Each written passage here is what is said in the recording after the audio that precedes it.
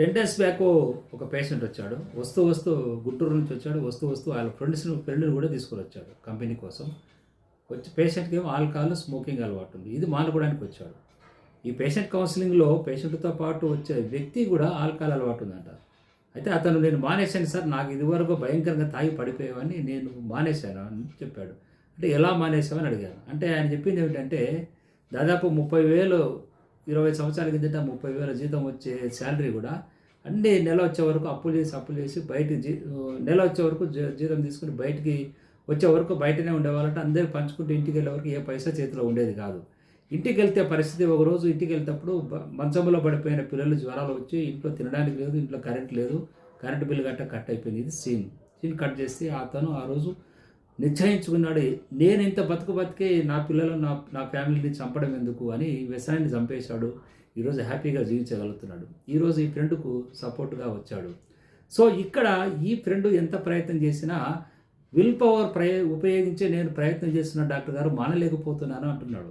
ఇక్కడ will power కాదు ఉపయోగించాల్సింది, do power ఉపయోగించాలి. వాళ్ళ మిత్రుడేంటి డూ పవర్ ఉపయోగించాడు, వ్యసనాల నుంచి బయటపడ్డాడు. ఇతను విల్ పవర్ ఉపయోగించి బయటపడాలనుకుంటున్నాడు, బయటపడలేకపోతున్నాడు.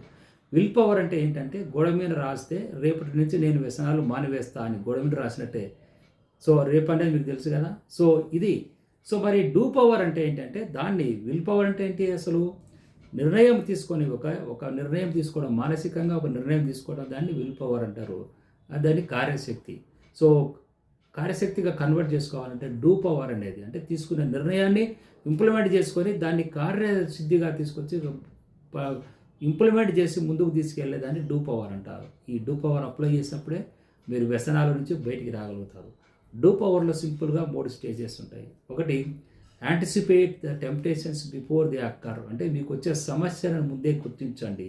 సపోజ్ మీరు కాఫీ తాగితే సిగరెట్ తాగాలనిపిస్తుంది అనుకోండి, కాఫీ తాగొద్దండి, హార్లిక్స్ బోర్న్విటా తాగండి. లేదా ఆల్కహాల్ తాగితేనే నిద్ర వస్తుంది అనుకోండి, నిద్ర రావడానికి ఇంకొక మార్గం ఎత్తుకోండి. యోగా, మెడిటేషన్, వ్యాయామం చేయండి, ధ్యానం చేయండి. సో ఇలా ఆల్టర్నేట్గా చేసుకోండి. సెకండ్ వచ్చేసి use creative problem solving this thing అనమాట. అంటే ప్రాబ్లమ్స్ వచ్చేప్పుడు దాన్ని ఎలా పరిష్కరించాలో జస్ట్ తెలివిగా ఆలోచన చేయండి. ఎందుకంటే మీ సమస్యకు పరిష్కారం మీలోనే ఉంటుంది. దాన్ని ఎదుర్కోగలిగితే మీరు బయటికి రాగలుగుతారు. అండ్ థర్డ్ వచ్చేసి డూ సంథింగ్, అంటే ఇవి మర్చిపోవడానికి, వాటిని దూరం చేసుకోవడానికి ఏదో ఒకటి వ్యాపకం చేసుకుని, ఏదో ఒక అలవాటు చేసుకొని మంచి బుక్స్ చదవండి, మంచి మిత్రులతో కలవండి, ఆత్మీయంగా ఉండండి, ఎక్కువ ఫ్యామిలీతో గడవండి. సో ఈ డూ పవర్నే మనము ఎగ్జిక్యూషన్ పవర్ అనొచ్చు, లేదా యాక్షన్ పవర్ అనొచ్చు, ఇంప్లిమెంటేషన్ పవర్ కూడా అంటారు. సో పవర్ ఏదైనా అది మీలోనే ఉంది, మీరు అప్లై చేసే విధానంలోనే ఉంది. సో కాబట్టి మిత్రులు ఇది గమనించి చెడు వ్యసనాలు, ఆల్కహాల్, స్మోకింగ్, గుట్కా, కాయని ఏ దశలో ఉన్నా వదిలేయాలని కష్టమైనప్పుడు మా clinic Hyderabad RTC cross Bawarchi hotel దగ్గర మా క్లినిక్లో కన్సల్టేషన్ అండ్ కౌన్సిలింగ్ అండ్ మీరు హోమియో డిఎడిక్షన్ థెరపీ ద్వారా ఈ వ్యసనాలను మానుకొని బయటికి రావచ్చు. సో ఈ వ్యసనాలు మీద అవేర్నెస్ క్రియేట్ చేయడానికి ఈ ఛానల్ క్రియేట్ చేశాము. మీరు ఈ ఛానల్ లైక్ చేయండి, సబ్స్క్రైబ్ చేయండి, షేర్ చేయండి. Thank you very much for watching this video.